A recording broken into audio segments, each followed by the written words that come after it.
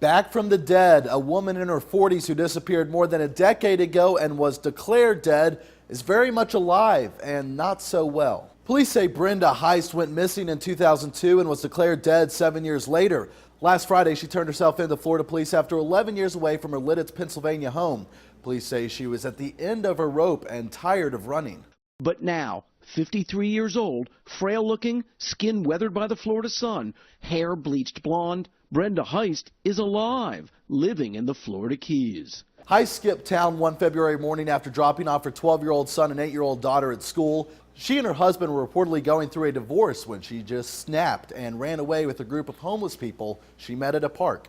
Heist chose a new way of life, living on the streets. When she arrived in Florida, she lived as a homeless person in the Key West area. She slept under bridges. She slept in tents in woods. She was able to eat by going to restaurants around the area that were closing at night, and she was able to get their food that they were throwing away. Her ex-husband was at one point a suspect in her disappearance. He says there's a difference between forgiving and forgetting, adding he forgave her many years ago.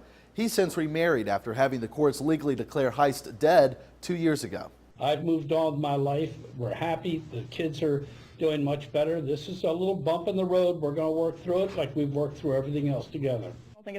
We don't think she should have contact with us. There's no reason for her to. She doesn't deserve it. Police say there is no crime, so no charges will be filed. In all her time missing, she never even once called anyone in her family. Despite that, Heist now hopes to live with her mother in Texas. For Newsy, I'm Dan Kennedy.